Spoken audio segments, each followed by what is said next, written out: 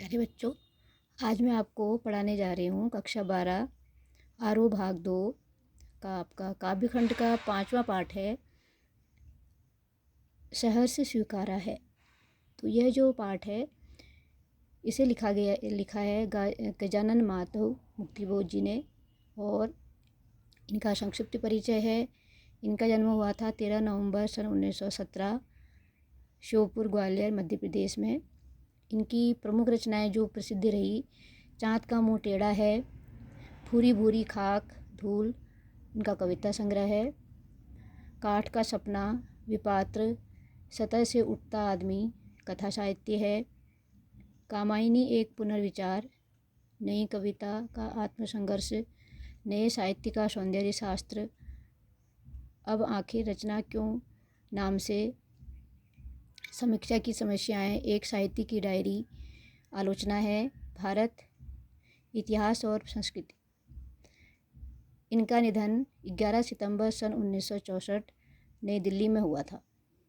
तो यह जो कविता लिखी गई है सहर्ष स्वीकारा है, यह जो कविता है सहर्ष स्वीकारा है। इनकी भूरी भूरी खाक धूल से संकलित है। और आप लोग जैसे सहर्ष मतलब खुशी के साथ स्वीकार करना, किसी चीज़ को अपने जीवन में स्वीकार करना। तो एक होता है स्वीकारना और दूसरा होता है सहर्ष स्वीकारना, यानी खुशी खुशी किसी चीज़ को अपने जीवन में स्वीकार करना।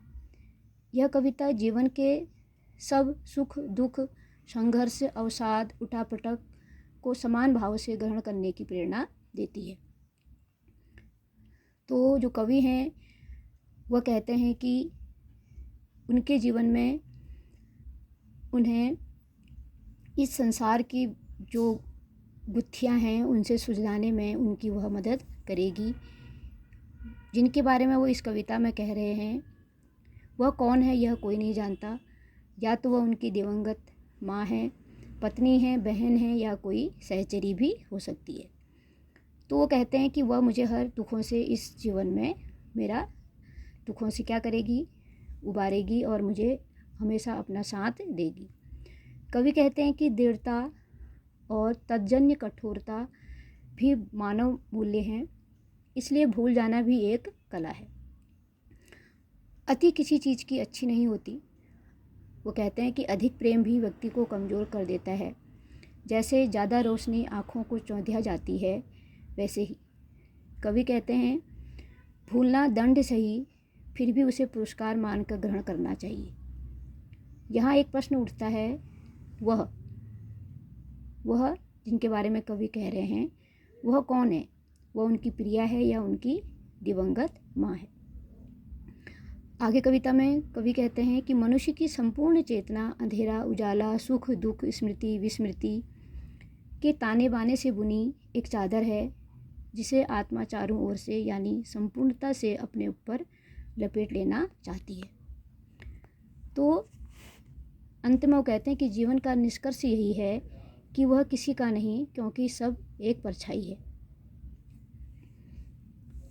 तो पहले पद में आप देखिए, यहाँ पर पहला पद है, जिंदगी में कुछ है जो भी है सहज स्वीकारा है, इसलिए कि जो कुछ भी है मेरा है वह तुम्हें प्यारा है। गर्वीली गरीबी यह है, यह गंभीर अनुभव सब, यह विचार वैभव सब, दृढ़ता यह, भीतर की सरिता यह, अभिनव सब, मौलिक है, इसलिए कि पल पल में जो कुछ भी जागृत है, अपलक है, संवेदन तुम्हारा है। तो यहाँ पर कवि कह रहे हैं कि मेरी ज़िंदगी में जो कुछ भी है, जैसा भी है, उसे मैं सहर्ष से स्वीकार करता हूँ। इसलिए मेरा जो कुछ भी है वह उसको अपनी माँ या प्रिया उनको अच्छा लगता है। मेरी स्वाभिमान युक्त गरीबी, जीवन के गंभीर अनुभव, विचारों का वैभव, व्यक्तित्व की दृढ़ता, मन में बहती भावनाओं की नदी, ये सब मौलिक हैं तथा नए हैं। इनकी मौलिकता का कारण यह है कि मेरे जीवन में हर क्षण जो कुछ भी घटता है जो भी जागृत है, जो भी उपलब्धि है, वह सब कुछ तुम्हारी प्रेरणा से हुआ है। वह अपनी प्रिया या अपनी माँ से कहते हैं कि मेरे जीवन में जो कुछ है वह सिर्फ तुम्हारे कारण ही है, इसलिए मैं उन सबको सहर्ष से मतलब खुशी से स्वीकार करता हूँ। फिर देखिए आगे है, जाने क्या रिश्ता है, जाने क्या नाता है, जितना भी उधेड़ता हूँ भर भर फिर आता है। दिल में क्या झरना है, मीठे पानी का सोता है, भीतर वह ऊपर तुम मुस्कुराता चाँद ज्यों, धरती पर रात भर मुझ पर त्यों तुम्हारा ही खिलता वह चेहरा है। तो कवि कहता है कि तुम्हारे साथ न जाने मेरा क्या संबंध है, कैसा नाता है कि मैं अपने अंदर उसे समाये हुए हूँ। तुम्हारे स्नेह रूपी जल को जितना बाहर निकालता हूँ, वह फिर चारों ओर से सिमट कर मुझको घेर लेता है।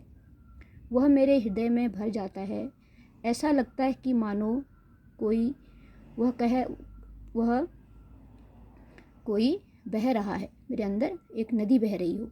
वह स्नेह मीठे पानी के स्रोत के समान है, जो अंतर्मन को तृप्त करता रहता है।